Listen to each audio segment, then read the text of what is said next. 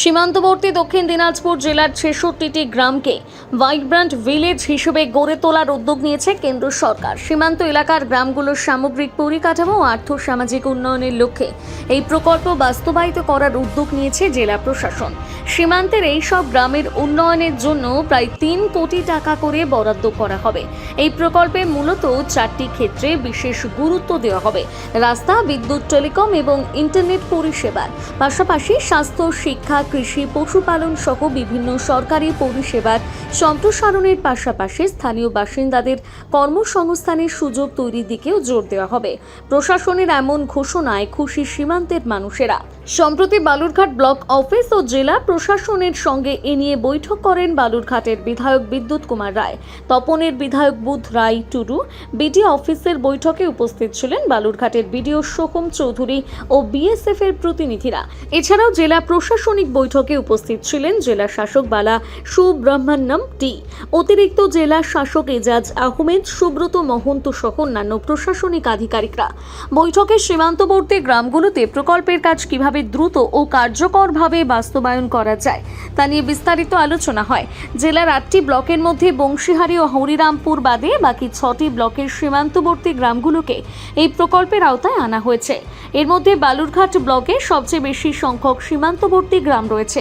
এই প্রসঙ্গে সীমান্তবাসীরা কি জানিয়েছেন শুনুন। মোল্লাপাড়া গ্রামের নাম বর্ডার সংলগ্ন গ্রাম। আচ্ছা, কি সমস্যা আপনাদের? সমস্যায় আমাদের কোনো সমস্যা রাস্তার। এই রাস্তা হচ্ছে বিগত বছর 3-4 আগে হয়েছিল, কিন্তু রাস্তাতে ভালো কাজ হয়নি। রাস্তাতে ঢালাই উঠে যাচ্ছে, 3-4টা কালভার্টের প্রয়োজন। মাঝে সাঝে রাস্তা ভাঙে টোটো আসতে পারে না, মানে বাইক কোনো মতন ঠেলে টুলে আসবে। এই যে সমস্যা। বর্ডারে 6টার পরে আমার বর্ডার রাস্তায় উঠতে পারি না, বিজলি চলে গেলে বিএসএফ যাতে দেবেন ওই রাস্তা দিয়ে। স্বাস্থ্য অবস্থা কেমন রয়েছে? স্বাস্থ্য অবস্থা খুব একটা ভালো নাই। এখানে জিরো লাইনে আমরা বসবাস করি, একমাত্র যাতে হবে আমাদের বালুরঘাট হাসপাতালে। রাত বিরাতে সমস্যা হতে? রাতে তো সমস্যা হবেই, সারা বিএসএফ তে পারমিশন নিতে হবে, তারপরে তার আগে তো আমরা যেতে পারবো না।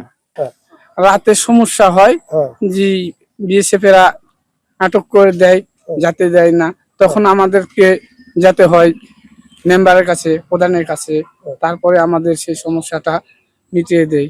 আচ্ছা, না এমনি আপনার গ্রামে এই যে বর্ডার এরিয়ার যে গ্রাম, এই গ্রামে কি বিগত 5-7 বছরে কোনো বড় কাজ দেখলেন? কোনো মানে পরিকাঠামোগত উন্নয়ন বা আপনাদের গ্রামের উন্নয়নে কোনো কাজ কিছু হয়েছে? না, আমাদের কোনো উন্নয়ন হয়নি। কি উন্নয়ন হয়েছে? এই যে রাস্তাঘাট আমাদের যে ভাঙাচুরা পড়ে আছে, এইভাবে কাজ ভালো লাগেনি আমাদেরকে। মা বোনেরা যে যাওয়া আসা করবে, অসুখ বিসুখ খুবই সমস্যা হয়ে যায় গ্রামে। স্কুল আছে?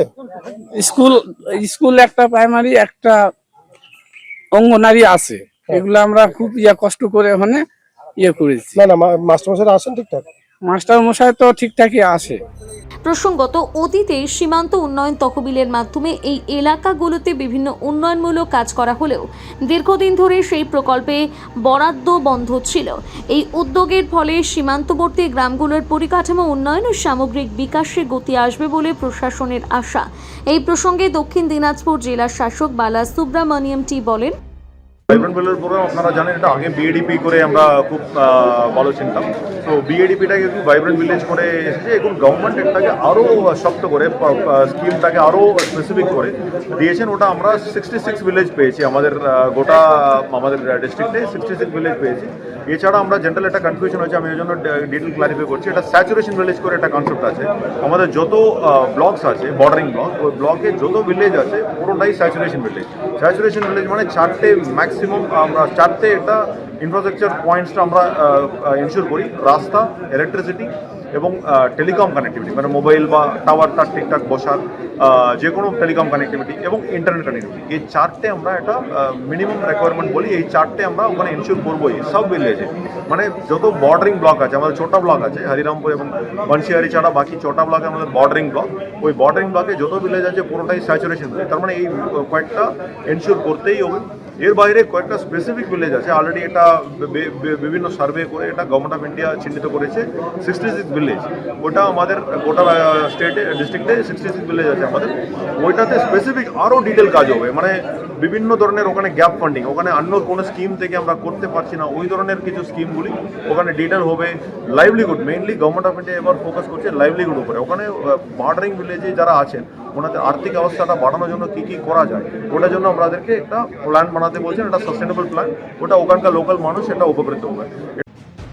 এই ঘোষণায় সীমান্ত এলাকার বাসিন্দাদের মধ্যে উৎসাহের সৃষ্টি হয়েছে। বালুরঘাট থেকে রিপন ভৌমিকের প্রতিবেদন, নিউজ টুডে।